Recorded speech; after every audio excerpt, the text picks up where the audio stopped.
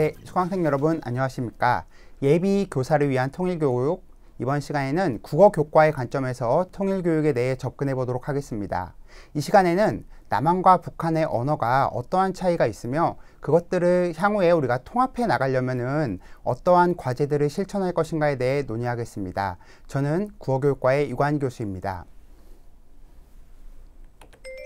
이 시간의 목차는 다음과 같습니다. 먼저 남북한 언어 이주라의 현실과 원인을 비교적 간단하게 살펴보고 어휘, 어문규범, 화행, 언어 예절 이런 각 부면에 따라서 남북한의 언어가 어떻게 차이가 발생하는가를 좀 세밀하게 살피겠습니다.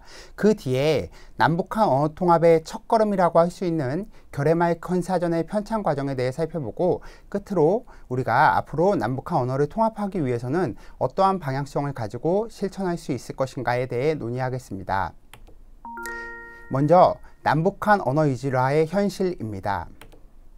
사실 남북한 언어들은 분단 이후에 여러 측면에서 크고 작은 차이가 발생했습니다. 특히나 그냥 일반적인 영역보다는 공공 영역 혹은 전문 영역 이런 부분에서 차이가 더욱 커졌습니다. 그렇지만 이러한 남한과 북한의 언어 차이는 그냥 단순히 우리가 전라도, 경상도 이런 방언권에 따른 차이가 아니라는 점을 분명히 할 필요가 있습니다. 또한 향후에 이 이주화된 언어를 통합하는 방향성이 일방적이고 강압적인 방식이어서는 곤란함을 우리가 눈여겨볼 필요가 있습니다. 사례를 한두 개 정도 가져왔습니다. 이거는 중앙일보에서 2005년에 작성한 신문 기사인데 당시에 남북 정상간의 대화가 있었던 일화입니다. 그래서 북한 김정일 위원장이 일정이 긴장해서 국수 맛이 없었을 겁니다 라고 하니까 당시에 우리 이제 김대중 대통령이 국수는 냉면이다 정도는 알았는데 긴장하다 이 말을 정확하게 우리 남한어와 차이가 있음을 인식하지 못해서 좀 혼란을 겪었다는 기사입니다. 두 번째 사례는 이제 지금은 잠시 멈춰져 있지만 개성공단에서 남한과 북한 주민들 사이의 대화입니다. 대개 이제 남한 사람들이 고백을 한 건데요. 그 뒤에 이제 북한 사람들의 말투가 이렇게 좀 당돌하고 공격적이다. 아니면은 좀 뒤에서 살펴볼 건데 북한 사람들이 흔히 하는 말 중에 일 없습니다. 이렇게 하는 말들이 어떤 의미 차이가 있어가지고 혼란이 발생한다든가 아니면은 남한 사람들은 그냥 조금 의례적인 인사말로 사랑합니다 이런 말들을 많이 쓰는데 북한에서는 그것들을 조금 저어하고 조금 경계하는 표현이라든가 이런 사례들을 살펴볼 수 있습니다. 다음에 제가 준비한 표는 사실 향후에 남한과 북한이 언어가 통합된다고 했을 때 어느 것을 기준으로 통합을 이루어야 할 것인가에 대해서 설문조사를 진행한 연구 결과입니다. 쭉 보시면은 여기 우리 일반인들을 기준으로 할 때는 남한말을 기준으로 해야 된다라는 게 압도적으로 많은 비율을 보입니다. 그러다가 이제 접촉국민, 즉 북한 사람들을 좀 만나본 사람들에게 물어봤더니 조금 그 비율이 한 절반 정도로 낮아집니다. 그만큼 우리가 뭔가 좀 남북한 사이에 교류가 있어야지 이 교류를 통해서 그냥 일방적인 흡수 통일이 아니라 상호간의 좀 조율, 통합 이런 관점을 형성할 수 있다는 연구 결과라고 볼 수 있습니다. 두 번째 주제는 남북한 언어가 이질화되게 된 원인에 대해 살펴보겠습니다. 크게는 이렇게 세 가지 정도로 나눠볼 수 있습니다. 자연적 원인, 남북한 체제의 차이, 또 남북한 언어 정책의 차이 정도입니다. 자연적 원인은 쉽게 말하면 지역 방언의 하나로 북한 언어를 바라보는 관점입니다. 참고 삼아 말씀드리면은 한국어의 방언을 크게 6개로 분류하면은 이 정도로 나눌 수 있습니다. 그런데 일반적으로 지역 방언이라고 하는 것은 교통이 발달하고 통신이 발달함에 따라 가지고 그 격차가 상당히 줄어드는 반면에 북한과는 우리가 교류가 상당히 단절되어 있기 때문에 시간이 지날수록 그 차이가 점점 더 커진다는 점에서 문제의 심각성이 더해집니다. 두 번째 원인으로는 남한과 북한의 체제 차이를 예시로 들 수 있습니다. 정치적이고 경제적이고 이념적인 체제의 차이입니다. 또한 이러한 체제 차이로 인해서 주요 상대하여 교류하는 국가들도 차이가 있을 수밖에 없는데 예를 들어서 우리의 경우에는 남한의 경우에는 이런 국가들과 주로 교류를 하고 북한은 이런 국가들과 주로 교류를 하기 마련인데 그에 따라서 어떤 새로운 문물이나 제도가 들어올 때 그들의 언어가 같이 들어오기 때문에 이런 언어 차이가 발생하는 이유의 하나가 될 수 있습니다. 세 번째는 어떻게 보면 가장 큰 이유 중에 하나일 것인데 남한과 북한이 시도하는 언어 정책의 차이가 있기 때문입니다. 먼저 표준어 규정입니다. 남한에서는 그 1933년 요때 만들었던 요 맞춤법 통일안이라는 문서가 있는데 거기에서 서울말을 표준어로 삼습니다. 근데 북한의 경우에는 물론 이제 그 해방 이전에는 이렇게 동일하게 갖고 가다가 이제 해방 이후에 체제가 갈리다 보니까 66년에 평양말을 문화어로 칭하게 됩니다. 그래서 표준어가 서울말이냐 아니면 평양말 중심의 문화어냐의 차이입니다. 당시 그 북한에서 그 이러한 문건을 내보이는데 보면은 평양을 중심으로 해서 평양말. 근데 이제 표준어라고 하면은 그 당시에 이제 마치 남한의 서울을 표준어로 하는 것처럼 잘못 이해될 수 있다. 그렇기 때문에 우리는 뭐 문화어가 딱 들어맞는 어휘는 아니지만 표현은 아니지만 요 문화어를 채택하겠다라는 글을 볼 수 있습니다. 두 번째 언어 정책의 차이는 맞춤법, 즉 표기법과 관련한 정책입니다. 남한과 북한 공이 아까 봤던 문서 33년에 맞춤법 통일안을 뿌리로 두면서도 남한에서는 이제 이걸 계승해서 88년에 맞춤법이라는 정책을 시행하고 북한에서는 세 차례에 걸쳐서 이 맞춤법 정책을 제정해 나갑니다. 변화해 나갑니다. 그러다 보니까 그 둘 사이에 어떤 것이 맞는 맞춤법인가에 따라 가지고 상호 다른 관점을 보이기도 합니다. 세 번째는 우리에게 이제 상당히 익숙한 정책 중에 하나인데 뭐 외래어, 외국어 아니면 한자어 이런 것들을 뭐 고유어, 우리말로 순화해 나가는 정책입니다. 남한의 경우에는 원래는 이제 그 민간 단체인 한글학회를 중심으로 이 작업이 진행되어 왔습니다. 그러다가 90년대 이후에는 국가기관인 국립국어원을 중심으로 이 순화 정책이 진행됐습니다. 그런데 조금 특이하게도 남한의 경우에는 아무래도 이제 그 외래 문물의 영향이 많다 보니까 순화어에 대해서 언중들의 수용 비율들이 그렇게 높지 않았습니다. 반면 북한은 민간 단체가 아니라 시작부터 정부 주도의 강력한 정책을 추진해 왔습니다. 뭐 67년도부터 해가지고 한 20년 동안은 5만 정도의 단어, 상당히 많은 분량입니다. 5만 정도의 단어를 순화어 목록으로 쭉 제시한 다음에 근데 이거를 실제 북한 주민들을 대상으로 쓰다 보니까 어떤 말들은 뭐 순화어로 쓰지만 또 어떤 말들은 그렇지 않은 경우들이 있었기 때문에 한 86년에 한 절반 정도는 그냥 폐기해버리고 나머지를 살려 쓰는 방향입니다. 예를 들어 우리가 뭐 언론 매체들을 통해서 얼음 보숭이, 뭐 북한에서는 아이스크림을 얼음 보숭이라고 하더라라는 말을 많이 들어봤을 것인데 실제 탈북 주민들을 만나보면 이 얼음 보숭이라는 말이 더 이상 쓰지 않는다라고 합니다. 이거는 요때 폐기된 단어입니다. 북한에서도 우리처럼 아이스크림이라는 말을 쓴다는 점을 여러분들이 좀 참조해 둘 필요가 있습니다.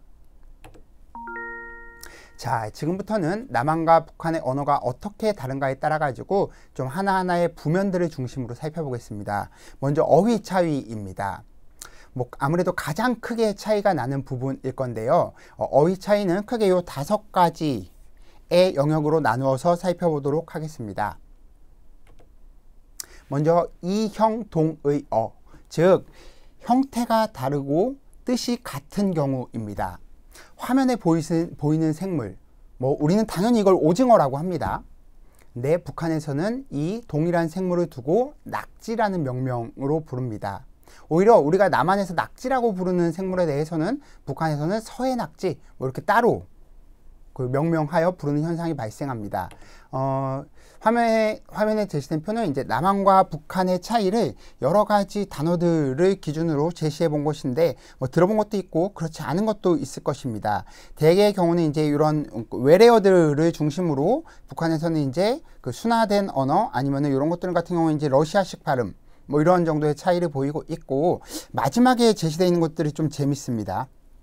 보면 우리 태블릿 PC라고 부르는 거는 컴퓨터인데 뭐 판으로 된 컴퓨터다 뭐 이렇게 부른다든가 아니면 구설수에 오르다, 말밥에 오르다 뭐 우리 좀 속어적으로 쓰지만 싸가지 없다 이런 거를 도덕 없다 이런 정도의 그 단어 차이를 어휘 차이를 보임을 확인할 수 있습니다. 두 번째는 동형이의어입니다. 즉 형태는 같은데 뜻이 다른 경우입니다.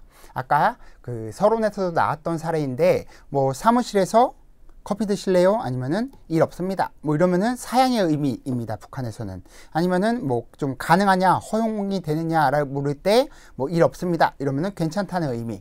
근데 남한에서는 일 없다의 의미가 여기 밑에 보시면은 소용이나 필요가 없다는 정도의 의미. 즉 일 없다라는 동일한 형태를 쓰고 있지만 뜻이 남한과 북한에서 서로 다른 것을 확인할 수 있습니다. 동양의회의 사례들 중에 중심 의미가 다른 경우입니다. 뭐 좀 동무, 궁전 이런 말들은 조금 알 수 있을 것 같아요. 우리가 동무라고 쓰는 것과 북한에서 동무라고 했을 때 뜻이 다르다는 정도. 좀 흥미로운 것이 이 극장 같은 사례입니다. 남한의 경우에는 극장을 영화를 상영하는 곳, 당연하죠. 이렇게 인식을 하는데 북한에서는 이런 것들을 공연할 때는 극장이라고 하고, 우리도 뭐 영화관이라는 말을 쓰긴 하지만 영화 상영장은 극장이라고 안 하고 영화관이라는 다른 말로 부른다고 합니다. 그 다음에 나오는 사례는 그 의미들 중에 뭐 중심 의미는 공유하지만 좀 일부가 다르게 쓰이는 경우입니다. 남한과 북한 모두 바쁘다가 이런 뜻을 지닌 것은 동일합니다. 그런데 남한과 달리 북한에서는 바쁘다가 이런, 우리에겐 좀 생소한 표현이죠. 이런 뜻으로 쓰인다고도 합니다. 다음 세 번째 경우는 어감이 다른 경우입니다. 남한에서는 뭐 늙은이, 방조, 소행 이런 말들은 되게 부정적인 맥락에서만 사용되는데, 이에 반해 북한에서는 이런 단어들이 그냥 중립적이거나 긍정적인 맥락에서도 사용된다라고 합니다. 예컨대 예문을 보시면은 젊은이들은 늙은이들을 존경해야 한다. 뭐 이런 단어 사실 우리 남한에서 썼으면은 굉장히 좀 이렇게 편파적인 표현이 될 수 있는데, 북한에서는 중립 맥락에서도 이런 말들을 쓸 수 있기 때문에 자연스러운 표현들 중에 하나입니다. 어감이 다른 경우 중에 이런 사례도 있습니다. 뭐 극성스럽다 같은 경우, 남한에서는 주로 부정적인 의미로 쓰이는데 북한에서는 좀 중립적이거나 긍정적인 의미의 장면에서도 이 극성스럽다라는 말이 쓰인다고도 합니다. 까지다, 남한에서 조금 속어적이지만 학생이 까졌다, 뭐 되바라졌다 이런 정도의 부정적인 의미인데, 북한에서는 뭐 살이 빠졌다 이런 정도의 의미로 쓰인다라고 합니다. 다음 어휘의 차이 중에 사용 빈도나 어떤 상황에서 쓰는가, 사용력의 차이를 보이는 경우도 있습니다. 우리는 잘 안 쓰는 말인데 북한에서는 이 눕다라는 표현을 쓴다고도 합니다. 근데 이제 싸다라는 말도 북한에서는 안 쓰는 게 아니라, 근데 우리는 싸다라는 말만 쓰는데 북한은 싸다, 눕다 이런 말 다 쓰이는데 싸다보다 눕다의 사용 빈도가 더 높다라고 합니다. 그 다음 뭐 우리 남한에서 쓰이는 높임 표현 중에 여사, 댁, 가게, 자제 이런 말들은 북한에서는 좀 기밀성이나 그 일가에게만 사용하기 때문에 일반적으로는 잘 사용하지 않는 어휘라고 합니다. 그 다음 또 요 표현도 대단히 흥미로운데, 살이 찌다. 남한에서는 뭐 돼지, 동물도 살이 찌는 거고 우리 사람도 또 살이 찌는 거지만 북한에서는 주로 동물에게만 쓴다고 합니다. 북한에서 사람을 대상으로 살찐다라는 표현을 할 때는 흔히 뭐 몸이 나다 이런 정도의 표현을 쓴다라고 합니다. 이렇게 사용 빈도나 사용력에서 차이를 보이는 어휘들입니다. 다음 네 번째로는 전문 용어의 차이입니다. 이것도 제가 출처는 선행연구에서 조사한 연구 결과를 가져온 것인데, 뭐 전문 용어, 우리 학교 교과들에서 쓰이는 전문 용어들이 얼마나 차이가 나는가. 되게 이제 물리, 역사, 국어, 수학, 체육 뭐 이런 순으로 A형, 즉 이렇게 동형, 동의어로 쓰이는 비율과 B형, E형 동의어로 쓰이는 비율의 차이를 보이고 있습니다. 어쨌든 각 교과별로 전문 용어가 상당히 차이를 보인다는 점을 확인할 수 있습니다.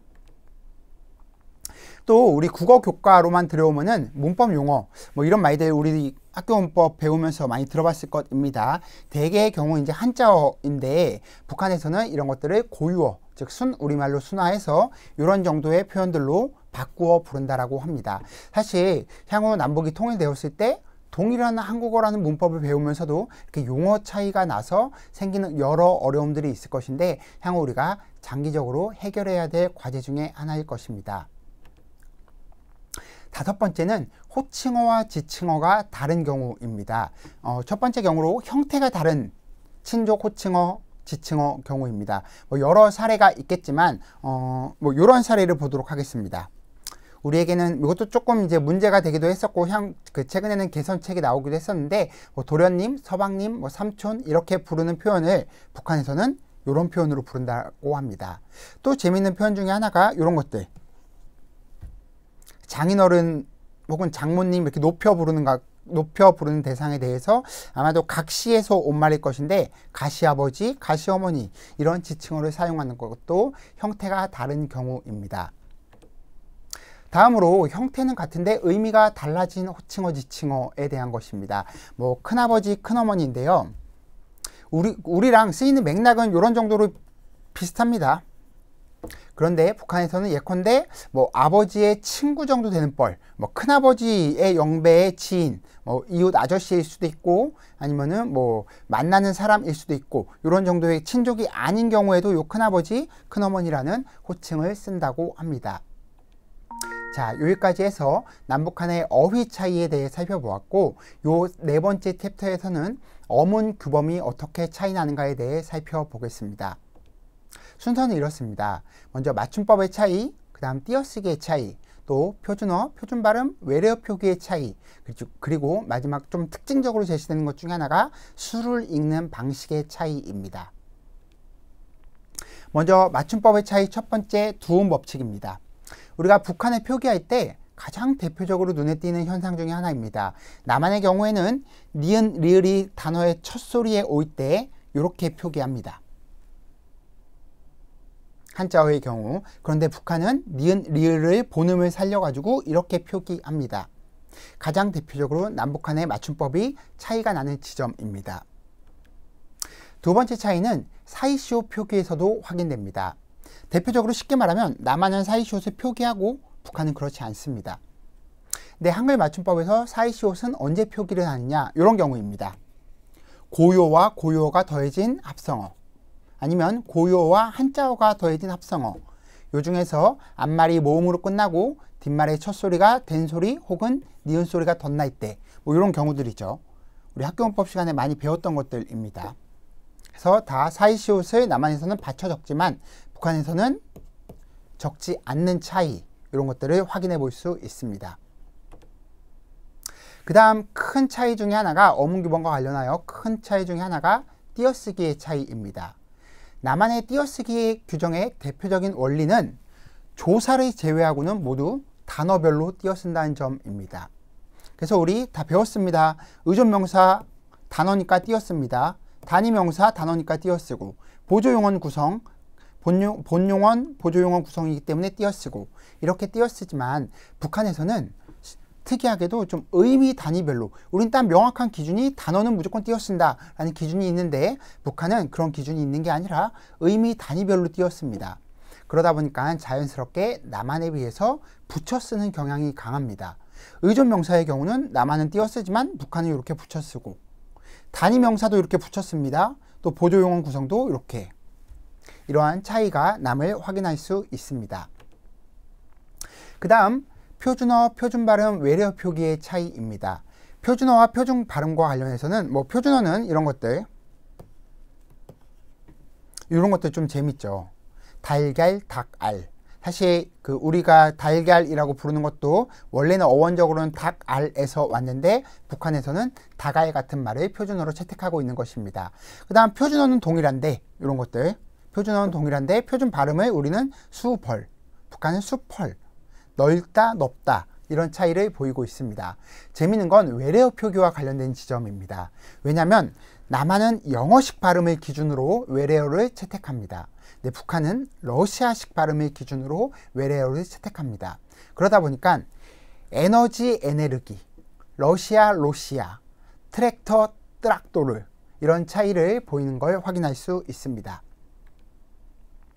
다음 어문규범과 관련하여 마지막 수를 읽는 방식의 차이입니다. 남한은 기본적으로 외래어 이렇게 미터, 그램, 킬로그램 이런 외래어 단위 옆에 숫자는 한자어로 읽습니다. 즉 한 미터 이렇게 읽지 않고 한자어인 1미터, 2g, 10kg 이렇게 읽습니다. 그런데 북한은 둘 다 허용됩니다. 우리에겐 상당히 어색하죠. 한 미터, 2g, 10kg 이런 방식을 인정합니다. 그 다음 북한 수일기의 대단히 특이한 점 중에 하나가 숫자 0이 들어가는 수를 0으로 읽기도 합니다. 남한은 이렇게 쓰면 105호입니다. 네, 북한은 105호도 되지만 105호. 연도의 면에서도 마찬가지입니다. 2018년 북한도 부르긴 하지만 2018년 이렇게 부르기도 한다는 점이 대단히 특이한 지점입니다. 여기까지 해서 남북한의 어문규범의 차이에 대해 살펴보았습니다. 다음으로는 남한과 북한이 화행, 즉 스피치 액트, 말을 가지고 어떤 행위를 하는가 이런 부분에서 어떤 차이가 있는가에 대해 살펴보겠습니다. 이 챕터의 목차는 감사화행, 거절화행, 사과화행, 요청화행 이러한 순으로 진행하겠습니다. 먼저 감사화행입니다. 제시된 예문을 보시면 남한에서는 대개 이제 전화 통화를 하거나 이럴 때 감사합니다 이런 말들을 좀 의례적으로 많이 쓰는 편입니다. 하나의 인사말 혹은 빈말 이런 정도로 감사합니다라는 말을 쓰는데 북한 사람들은 이것을 상당히 의아해 한다는 것입니다. 북한에서는 진짜로 감사한 상황일 때만 감사하다는 말을 쓰지 이렇게 감사하다, 고맙다 이런 말들을 이렇게 많이 쓰지 않는다라는 차이가 있습니다. 다음 거절화행입니다. 사실 무엇인가를 거절한다는 것은 상대방의 체면을 어느 정도 이렇게 위협하는 행위이기 때문에 대단히 좀 남한에서는 돌려 말하기, 좀 우회적으로 말하기, 약하게 말하기 정도의 화행을 쓰는데 북한은 그렇지 않다는 것입니다. 제시된 예문을 보시면 남한 사람이 그거 제가 해드리고 싶은데 급한 일이 생겨서 어쩌죠? 이거 당연히 남한 사람들에게 입장에서는 못한다. 해줄 수 없다. 거절의 의미로 파악이 되지만 북한 사람에게는 이것이 명확한 거절인지 아닌지 혼동스럽다는 것입니다. 남한에서는 상대방의 체면을 생각해서 분명하게 거절하지 않고 돌려 우회적으로 말합니다. 그래서 뭔가 사정을 말하거나 아니면 안 될 것 같은데 어려울 것 같다 이런 좀 약한 거절의 표현을 쓰는데 북한에서는 상대방이 오해하지 않도록 딱 잘라가지고 가능하면 가능하다, 불가능하면 불가능하다 이런 가부를 확실하게 표현한다고 합니다.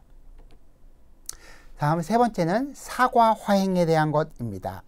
쉽게 말하면 처음에 감사와 마찬가지로 북한에서는 이런 말들 사과와 관련된 말을 신중하게 해야 된다는 것입니다. 사과에서는 그리고 또 똑같은 사과 화행을 쓰더라도 남한에서는 이런 정도의 표현을 많이 쓰는데 북한에서는 특이하게 요거 잘못했다 이런 정도를 많이 쓴다라고 합니다. 근데 남한 사람들은 뭔가 사과를 할 때 잘못했다라는 표현을 많이 쓰는 것 같지는 않습니다. 그러고 나면은 뭔가 나중에 추후에 잘잘못을 따질 때 뭔가 불리한 상황이 된다든가 이런 정도의 상황이 발생하기 때문에 남한에서는 이런 표현을 잘 쓰지 않는데 북한에서는 오히려 진짜 사과를 해야 되는 상황이면 이런 말로 사과를 한다 정도의 차이를 보인다고 합니다. 자, 마지막으로 요청화행입니다. 요청화행의 첫 번째 상황입니다. 회사에서 발생하는 장면인데 북한 출신 사람이 저 일찍 갈 수 없겠습니까? 라고 묻는데 일찍 가는 건 괜찮은데 자네 말투가 왜 그런가? 뭔가 불만 있나? 북한에서는 왜 이런 차이가 발생하냐면은 북한에서는 우리 같으면은 지금 가면 안 됩니까? 라고 하지 않고 지금 가도 되나요? 지금 가도 돼요? 정도의 표현을 쓰는데 북한에서는 이렇게 부정적 표현을 쓰는 것이 정중한 요청 화행이라고 합니다. 근데 남한에서 이런 말을 쓰면은 뭔가 부탁보다는 뭔가 따지는 듯한 인상을 주어서 남한에서는 잘 안 쓰는데 북한에서는 오히려 이렇게 부정 표현을 써야지 더 정중한 요청이다. 이런 차이가 있다고 합니다. 요청화행의 두 번째 장면과 관련해서 이것도 약간 북한 매체를 통해서 북한 영화나 드라마 이런 데서 흔히 보이는 경우입니다. 보면은 책 좀 빌려주시오 아니면 창문 좀 열라 이런 식으로 남한에서는 이런 형태들로 말을 끝맺지 않습니다. 요청을 할 때. 근데 북한에서는 이런 표현들 뭐뭐 해 주시오 뭐뭐 하라 이런 표현을 많이 쓴다라고 합니다. 남한에서 혹시 이런 말들을 듣게 되면은 이거는 요청보다는 뭔가 명령에 당연한 거에 너는 당연히 그걸 해야 돼 이런 명령으로 들리기 때문에 잘 쓰지 않는 표현인데 북한에서는 이런 표현들이 요청 화행으로 쓰인다고 합니다. 여기까지가 남북한의 화행 차이와 관련된 부분이었습니다. 자, 6번째 챕터에서는 남한과 북한이 언어 예절의 측면에서 어떤 차이를 보이는가에 대해 살펴보겠습니다. 크게 언어 예절 부분은 높임법, 또 북한에서만 쓰는 특이한 인사말, 또 남한에서만 많이 쓰는데 북한 사람들은 좀 의아스럽게 여기는 빈말, 이렇게 3개의 챕터로 나누어서 살펴보겠습니다. 먼저 높임법입니다.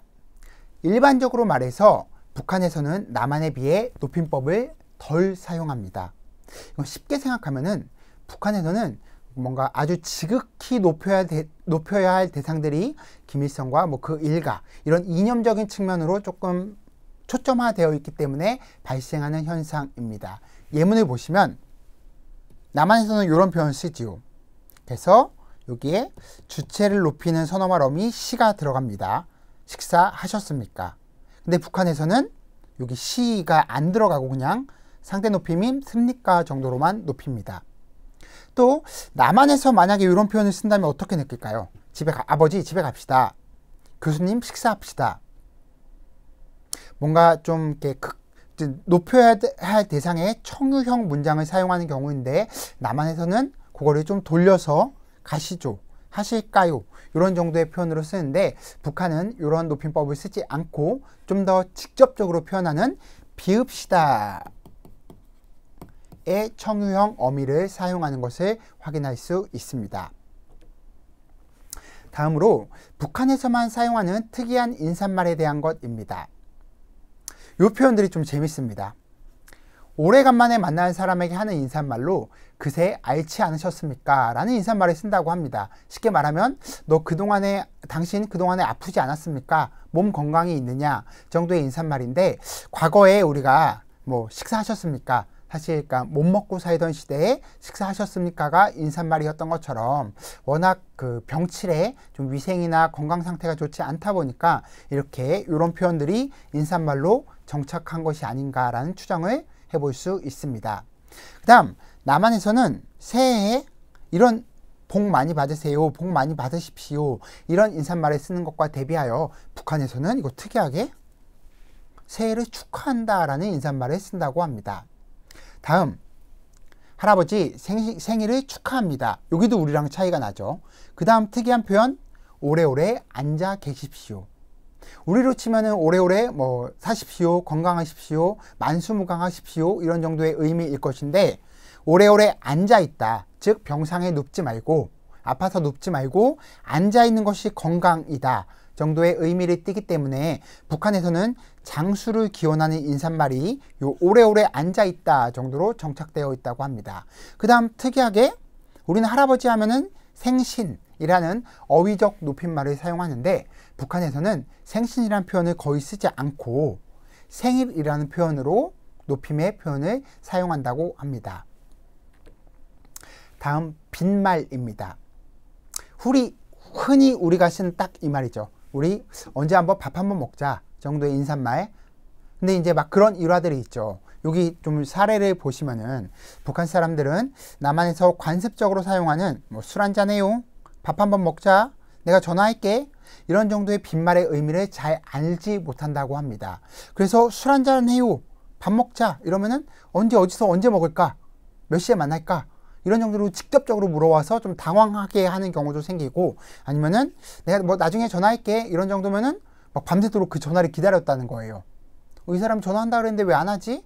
이런 정도의 나만의 어떤 빈말, 좀 간접화법의 의미, 이런 것들이 북한 사람들은 잘 알지 못한다라고 합니다. 그래서 나중에야 이 말들이 뭔가 진정한 의미의 약속이 아니라 인간관계를 위해 관습적으로 주고받는 빈말임을 파악한다고 합니다. 그래서 이제 사실 이런 지점들도 남한과 북한에서 향후에 좀 조율해 나가고 남북한 언어의 통합을 위해서 우리가 조금 문화적으로 그 격차를 줄여나가야 되는 지점이 아닐까 합니다. 네, 이렇게 해서 남한과 북한의 언어가 어떻게 이주라를 거쳤는가를 크게 우리가 어휘, 또 어문 규범, 또 스피치 액트, 즉 화행, 그리고 마지막으로 방금 전에 봤던 언어 예절, 이렇게 크게 4가지 측면에 걸쳐 가지고 남북한 언어 이주라의 양상에 대해 살펴보았습니다. 그런데 이제 이러한 남한과 북한의 언어 차이가 있다고 하니까 뭐 그런 문제들은 우리가 향후에 통일 이후에 하나씩 해결해 나가면 될 것 아니냐, 아니면은 뭐 일정한 좀 강압적이고 일방적인 정책을 통해서 이런 것들을 좀 통합하고 조율해 나가면 될 것 아니냐, 이렇게 손을 놓고 있을 수만은 없는 노릇입니다. 왜냐하면 특히 언어를 포함한 우리 문화적인 좀 인문학적인 가치들은 하루아침에 이거 단숨에 바꾼다고 바꿔질 수 있는 것이 아니라 조금 더 점진적이고 좀 흡수되는 양상을 통해서 변화를 이루어가야 할 것이기 때문입니다. 그래서 사실 뭐 정치적이고 또 이념적으로는 통일이 아직 좀 멀었다라고 하지만 문화적이고 특히 언어적인 측면에서는 이러한 통일을 준비하기 위한 노력들이 사실 좀 아주 작은 발걸음이기는 하지만 이전부터 있어 왔습니다. 이번 7번째 챕터에서는 그 대표적인 경우로 결앤말 큰 사전이라는 편찬 작업에 대해 살펴볼 것입니다. 사전이라고 하면 사실 우리가 앞서 살폈던 다양한 차이들, 뭐 사실 어떤 어휘를 사전에 실을 것인가, 이 문제는 어떤 걸 표준어로 삼느냐에 대한 거고, 또 그 어휘의 발음을 어떻게 할 것인가, 이건 표준 발음법과 관련된 이야기, 또 아까 문법적으로 봤던 그 맞춤법으로 보았던 두음법칙, 사이시옷, 이런 것들은 어떤 표기 형태를 사전에 실을 것인가, 이런 것들을 다 합의해야 되는 부분이기 때문에 그 남한과 북한의 차이를 조금 더 줄여나가는 일환이 될 수 있습니다. 사실 남한에서는 그 표준국어 대사전이 뭔가 우리나라의 좀 공인된 공식적인 국어 사전이고, 북한에서는 조선말 대사전이 그 기능을 하고 있는데, 이 사전을 조금 비교해 보면은 굉장히 큰 차이들을 보입니다. 그래서 남북의 그 국어학자들이 모여서, 언어학자들이 모여서 우리가 통일이 되고 나면은 언어의 통합을 이런 방향으로 해야 되니까 그 전에 미리 좀 사전을, 결앤말 큰 사전, 남북이 좀 합의할 것은 합의하고 결정할 것은 결정하고, 이래서 뭔가 큰 사전을 하나 만들어 두자라는 취지로 전개된 사업이 이 결앤말 큰 사전 공동 편찬 사업이었습니다. 좀 대표적으로 보면은 요 챕터의 목차이기도 할 것인데, 어휘를 어떤 표기로 결정할 것인가에 대한 문제, 그리고 또 해당 챕터에서 자세히 살피겠지만 자음 명칭이 좀 남북한이 차이가 나는 부분이 있는데 이것들을 어떤 것으로 통일할 것인가에 대한 문제, 또 맞춤법, 좀 띄어쓰기 면에서도 큰 차이를 보인다고 했는데 이것들은 또 어떤 방향으로 합의할 것인가, 또 가장 큰 차이를 보이는 두음법칙, 사이시옷, 이런 것들은 어느 하나로 결정할 것인가에 대한 문제, 이런 모든 것들을 포괄하는 작업이 사실 이 큰 사전을 만드는 과정이었습니다. 이 결앤말 큰 사전 편찬 사업은 사실 조금 시기를 거슬러 올라가서 2005년부터 시행되어 왔습니다. 또 남북이 모여서 함께 만드는 최초의 우리말 사전이라는 의의가 있었습니다.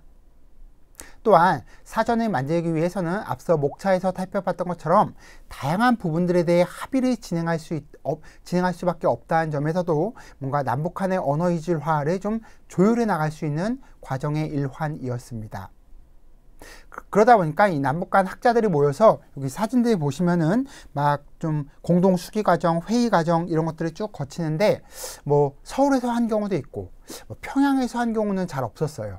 네, 북한은 이제 직접 들어오는 걸 조금 막기 때문에 이제 평양보다는 이제 인접한 중국에서 하는 경우, 이런 경우들이 있었습니다. 그 소개 영상을 한번 볼 것인데, 영상의 제목이 말모이 대작전입니다. 말모이라는 영화가 최근에 상영된 적이 있었습니다. 이제 그 영화는 이제 일제시대 때, 일제강점기 때 우리만의 국어사전, 조선어학회를 중심으로 우리만의 국어사전을 만들기 위한 말을 이렇게 모아온다. 그러니까 곳곳에 흩어져 있던 말들을 이렇게 하나로 모아온다. 이런 명칭으로 말모이라는 명칭을 붙였던 건데, 그거와 대비하여 지금 북한과 남한의 차이가 나는 말들을 하나로 묶는 작업, 즉 결앤말 큰 사전 작업도 이런 말모이에 버금가는 작업이라고 할 수 있을 것이기 때문에 그와 관련된 소개 영상을 우리 함께 같이 보시겠습니다. 일제강점기, 우리의 말과 글을 사용하는 것조차 자유롭지 못하던 시대, 108명의 사람들이 모여 조선어 사전 편찬회를 만들고 은밀한 작전을 시작합니다. 바로 말모이 대작전, 우리말을 모아 우리 손으로 직접 사전을 만드는 건데요.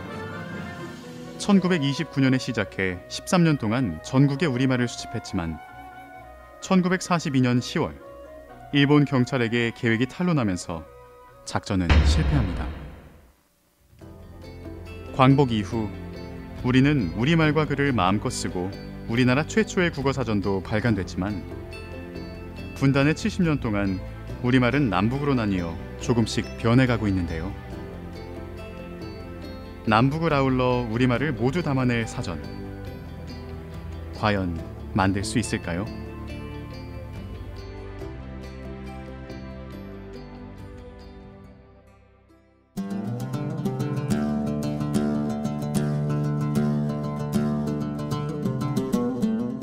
세기로 많이 혹시 그 답세기하고 답세기가 같은 건데 크기가 이렇게 고정돼서 쓰이는 것이 아닌가. 답세기는 지금 우리 사전에만 있습니까? 이게 우리 답세기. 답세기가 있어요. 이해와 아이의 차이가요. 우리 답. 일제의 탄압으로 말모이 대작전이 중단되고 65년 후 남북의 경계를 넘어 다시 한번 작전이 시작됩니다. 2007년 4월 27일 21개의 조항, 6개의 부칙으로 구성된 결의말 큰 사전 남북 공동 편찬 사업회법이 제정되는데요. 남과 북, 해외에 있는 우리말을 채집, 연구하고 남북 공동의 우리말 사전인 결의말 큰 사전을 편찬할 사업회 설립에 관한 내용입니다. 결의말 큰 사전은 민간단체에서 먼저 북쪽에 제안하면서 시작해 사전 편찬 의향서를 체결하면서 사전의 명칭도 결정됐습니다. 통합국어사전 혹은 통일국어사전을 만들자면은 기준이 필요했어요. 우리 결의가 사용한 말의 전부라고 생각이 들었던 거죠. 그래서 이제 결의말이라는 이름을 써서 결의말 큰 사전 편찬 의향서를 2004년도 4월에 중국 영길에서 이제 교환하게 되는 겁니다. 2005년 결의말 큰 사전 공동 편찬위원회 결성식이 진행되고 사전 편찬을 위한 정기회의가 시작됩니다. 같은 해 진행된 남북 장관급 회담에서는 결의말 큰 사전 편찬 사업을 당국 차원에서 지원한다는 내용의 합의.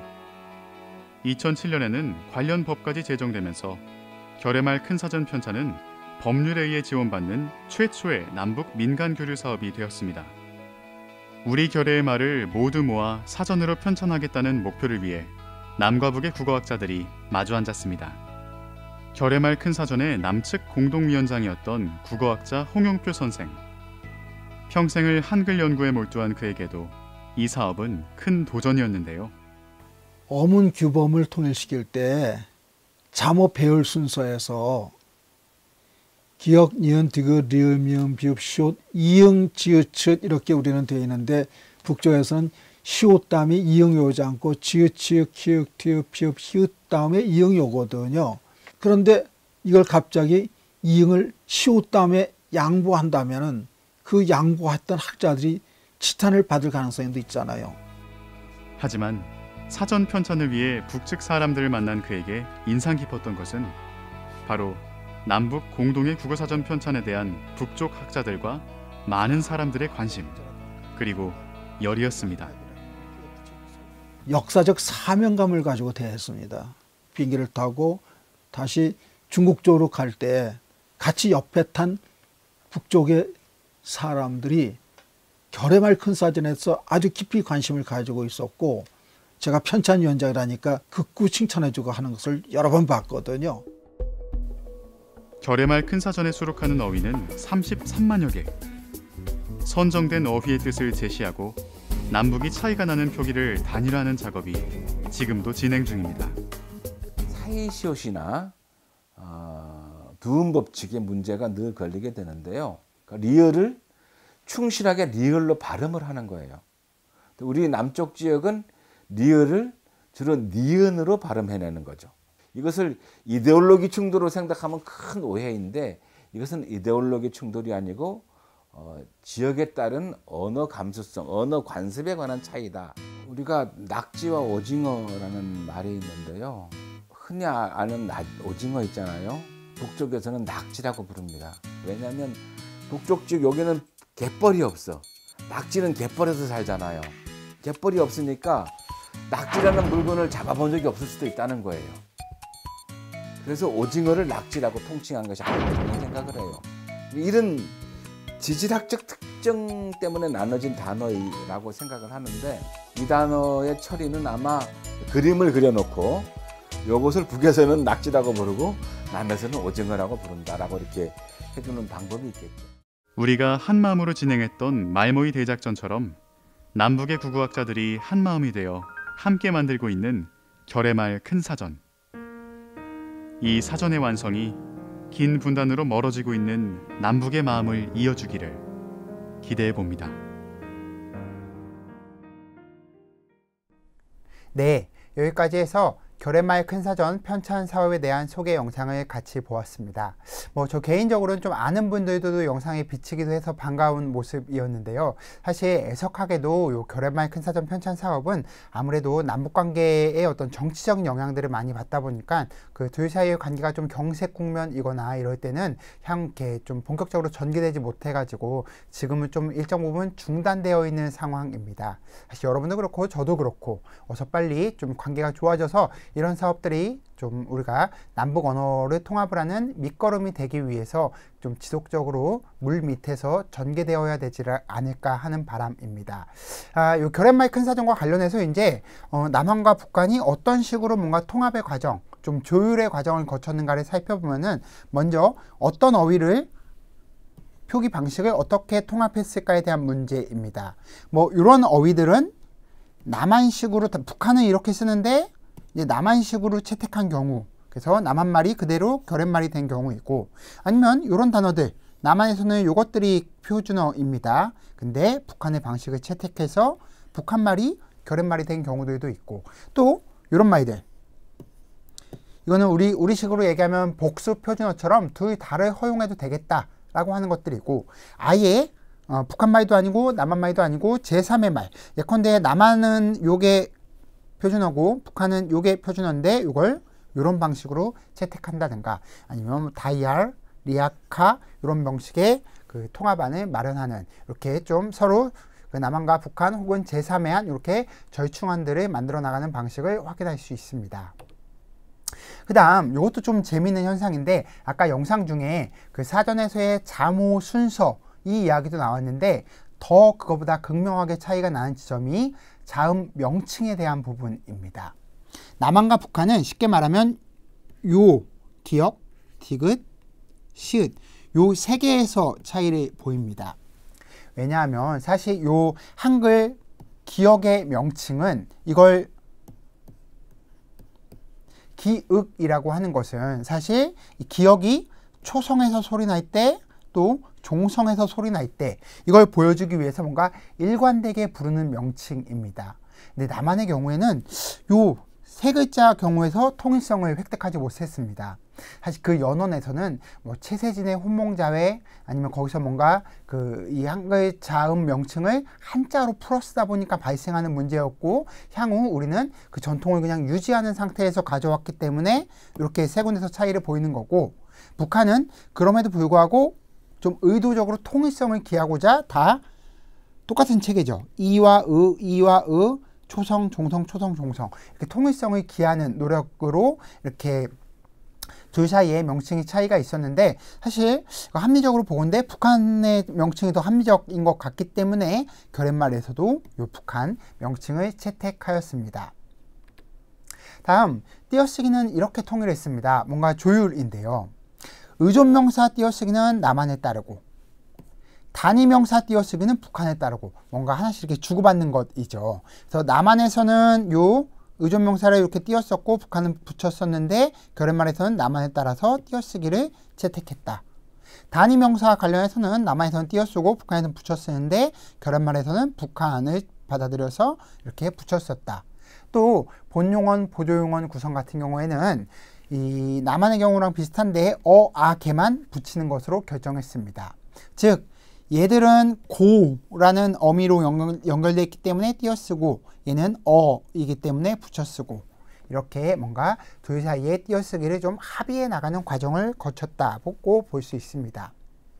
아까 영상에서도 나왔는데 가장 남북 간의 차이를 극명하게 보여주는 것이 니은, 리을을 쓰는 두음 법칙에 대한 것과 그 다음 합성어의 요 사이시옷을 표기할까 표기하지 않을까에 대한 문제, 이것이 가장 크게 극명한 차이가 나는 부분임에도 불구하고 이 지점은 사실 아직까지도 명확한 합의를 득하지 못하였습니다.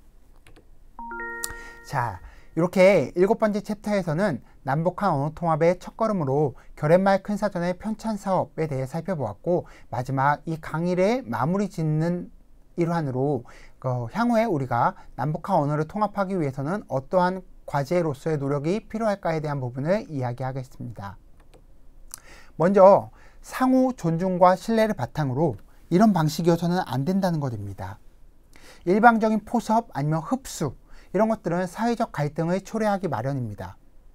우리가 독일 통일 과정에서 경제적으로 아무래도 우위에 있었다 보니까 서독 중심으로 통일이 되었고, 언어적이고 문화적인 현상 역시 그러한 절차를 따를 수밖에 없었는데, 그러다 보니까 흡수 통일 이후에 이런 문제들이 발생했습니다. 이런 사례들을 우리가 선례로 삼아 가지고 우리의 통일 과정은 어떠해야 될 것인가, 아무래도 상호 존중과 신뢰, 이것을 놓치지 말아야 할 것입니다. 다음으로는 어떤 섣부른 통일보다는 통합 후의 통일을 지향할 필요가 있습니다. 당장 통일을 하라니까 그냥 주먹구구식으로 이건 이렇게 하자, 저건 저렇게 하자, 이렇게 섣부르게 통일을 꾀하기보다는 언어라는 것은 이런 성격을 가지고 있기 때문에 일방적으로 그냥 위에서 아래로 이렇게 하자, 이렇게 정책적 강요를 하기보다는 언중들이 아무래도 이렇게 펼쳐놔놓고 언중들이 어떤 언어를 더 많이 쓰는가, 어떤 어휘에 더 호응을 많이 하든가, 이런 자연스러운 선택 과정을 통해서 이 통합 후의 통일을 지향할 필요가 있습니다. 자, 마지막으로 정부 주도의 일방적인 통합 정책은 어느 국면에서나 한계가 있기 마련입니다. 북한에서조차 서두에서 이야기했던 국어순화 정책이 언중들의 호응을 받은 것은 절반 정도밖에 되지 않는다고 합니다. 그렇기 때문에 아무리 좋은 언어 정책을 세워도 언중들의 수용을 얻지 못하면 실패하기 마련입니다.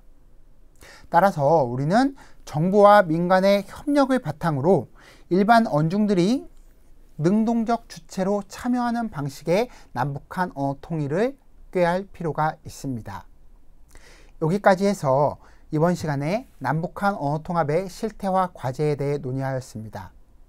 이 시간에 나왔던 참고문헌은 제시된 바와 같고, 마지막으로 예비 교사로서의 여러분들에게 마지막으로 당부드리고 싶은 말씀은, 우리가 남북한 언어 이질화 현상, 즉 남한말과 북한말이 이렇게 차이가 있다, 이런 것들에 대해 논의하였지만 사실은 그 뿌리는 동질적입니다.